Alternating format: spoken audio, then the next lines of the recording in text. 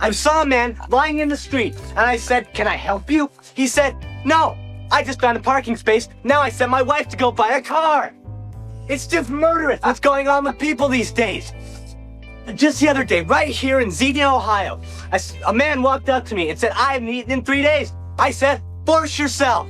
Harmony Korine's first feature film as a director, Gummo, is a strange patchwork quilt of scenes. What it was, I mean, it starts out with the idea that I wanted to, that again, I was like, if you look at the history of film, and you look at, say, like Griffith, and you look at like, say, the films that he was doing in early commercial narrative, and then you look at like where films are now, I see so little progression, you know, in the way films are made and presented. And it's not to say that it's not good or whatever, but it's just that I'm so bored of that. I think that film is it could be so much more. So I wanted to like create like a new viewing experience. I wanted the film to be like a new kind of movie with images coming from all directions. And so I wanted to kind of, in order for me to do that, to free me up like that, I had to kind of create some kind of scenario that would allow me to, you know, to get to that point where I could just show scenes. Set in the city of Xenia, Ohio, which has been devastated by a tornado, Gummo is a slice of life which follows several youths from the neighbourhood as they try and get by in the wake of the destruction. A pair of boys kill stray cats and sell them to a local butcher to fuel their glue-sniffing habit. A mute character is not seen without pink bunny ears, skateboards around town, and comes across a pair of foul-mouthed kids. Two men with shaved heads fight for fun. A pair of peroxide blondes find their cat is missing and put up posters for its return. They are then tricked into a man's car and assaulted. A man wrestles a chair. A drunk man hits on a dwarf. A mentally disabled woman sings about her ABCs, and there's a prostitute with Down syndrome. It feels grimy just watching this film. In the house where like he eats the spaghetti in the bathtub, in the house that was just so disgusting with and the little boy moved the painting and there are roaches running. That was his actual home. The whole crew protested, and they said, you know, because it was a horrible stink in there and everything, and the crew said, we're not going to, you know, we refuse to go back in the house unless you provide us with asbestos suits. And just as a big fuck you to the crew, myself and the cinematographer directed that and shot that scene in Speedos and flip-flops. So that was a crisis. And then, but you know, the whole movie is crisis, but that's okay. Crisis, you need an enemy a lot of times to fight against. Before this film, Chloë Sevigny had starred in the movie Kids, which Harmony Korine wrote for Larry Clark. Jenny, you've tested positive for the HIV virus. What? The test isn't 100% accurate. You should... I tested positive? I'm sorry. I only had sex with Telly. She was engaged to Korine at the time of filming, and also acts as costume designer on the film, but most of the rest of the cast were amateurs. We didn't audition. There was no auditions? No, none of us. How did you quite out about the part? Did you audition? I sort of auditioned. I'm pretty sure Harmony decided. Right. But there's a scene where I'm like hitting my head and saying I hate myself, I'm gonna kill myself. And that was all part of the audition process. And basically, yeah, I'm pretty sure it was like, Harmony was like, we're gonna get some footage and then we're just gonna make you Tumblr. But there was something where he had to go through a process or something for me.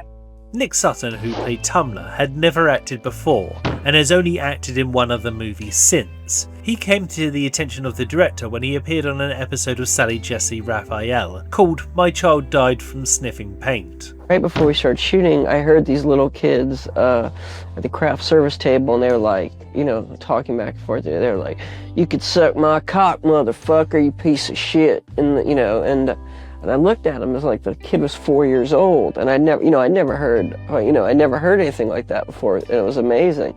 So I wanted to capture that. So I went and I had to ask their parents for permission. Is it okay for your sons to use that language? And the father looked at me and he goes, "Fuck, dude, I don't give a shit. These shitty ass rabbits stink. They smell like a pie." And right then and there, I knew it was going to be a good movie. I just knew, because something like that you don't see very often. Indeed, you do not see something like this very often. It's morally ambiguous, never passing judgment on people living in squalor and often doing horrible things. There is no redemption arc, or even a sign of hope for these kids. It's just a window into their crazy world for an hour and a half. I mean, the only thing I remember in films, I never remember plots. I can't stand plots. I don't feel like life has any plots, or it's just, there's no beginning, middle, and end, and it always upsets me when things are tied up so, perfectly. So I wanted to what I remember from films are scenes and characters. So I thought, why not just make a movie that consists entirely of that? Yeah. So with that idea, I guess I just wrote scenes down, and I kind of assembled them. And the idea was that it was this tornado, this town, which was true. And Xenia, and I knew kids from Xenia, Ohio, these really messed up glue sniffer kids. And I'd always really liked them. They were older. They were twins, identical twins. And so I had this idea to set the film in Xenia. It is shot on a number of different formats, including 35mm film and a fairly low-grade video camera. Some of the footage even looks like it's been refilmed off of a TV screen.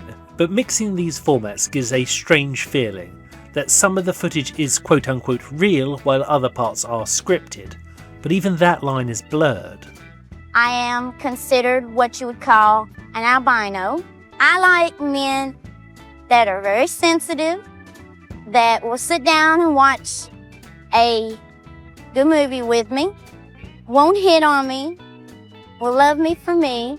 I like men that either have blonde hair, blue eyes, or black or brown hair. Actually, the eyes, it really doesn't matter.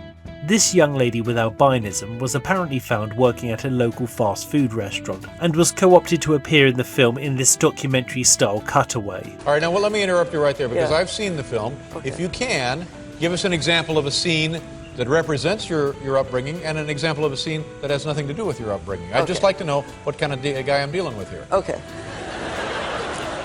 I used to eat spaghetti in my bath, All right, while I okay, would now take that's baths. a scene, yeah. You're in the bathtub, and you got one of those things across the tub. Yeah. And you're eating spaghetti, you're eating dinner. Yeah, I would also, if you notice in that scene, there's a piece of taped bacon on the wall. No, I didn't. I'll have to load that back up. Oh, that's my favorite part. Yeah, I'll have to freeze it, look for the bacon. That's an example of something that did happen in your life. Now give us an example of something in the film that is in no way connected to reality as you know it. For instance, the movie starts with a dog that's impaled on a satellite on someone's house. A satellite dish, an antenna. Yeah, Yeah. But that's after like a tornado. yeah. Well, that could have happened. That happens all the time. You know, like cows flying through the air and stuff. Yeah, but It might have happened. I remember when I first saw an interview with the filmmaker David Lynch, his filmography suddenly made sense to me. He's not a normal guy trying to make movies which are hard to understand. He is an abstract thinker trying to make the most simple, straightforward film he can. You get an idea, and you know this whole thing. And you get an idea, and it happens in a second. Mm-hmm. But when you start writing it, there's so much there. So much. And if you really were going to, focus on just this fragment, you could write sometimes pages. And it's so in that moment, all this stuff is there. And so I try to write it down, and I say in such a way that when I read it later, I'll remember that thing. I think Harmony Korine is similar. He's clearly an awkward weirdo, and trust me, we can smell our own. But he's also funny and sees the assembly of a story differently. You can tell just by the way he tells an anecdote. He gets distracted by these strange details, sometimes to the detriment of what his point was. But this film is uniquely him. Only he could have made it. And as long as he's not the only person to sit through it, that's fine. There's a difference between the films and myself as a person. The films I'll try. I won't really try and make it easier on the viewer, but I'll take that side very serious. When it comes to myself, that's a different story, kind of. So insight into the work is one thing, but insight into myself, I mean, to me, the work is the ultimate insight into who I am. I mean, I always said that if anyone cared, they could learn so much more about me by watching the films and reading my writing than spending 10 years locked in a room with me. There is no way that a film this odd could be for everybody, but I found it really inspiring. But do not seek to follow in the footsteps of the wise, seek what they sought. If you want to see this film, it has been released by the Criterion Collection. This is a great disc from where I sourced a lot of the interview footage used in this video. If you'd like to support me, you can hit the like, share and subscribe buttons, and why not leave me a comment? I do like having a chat with like-minded people. I'm Scott Kingsnorth, and I'm making a movie.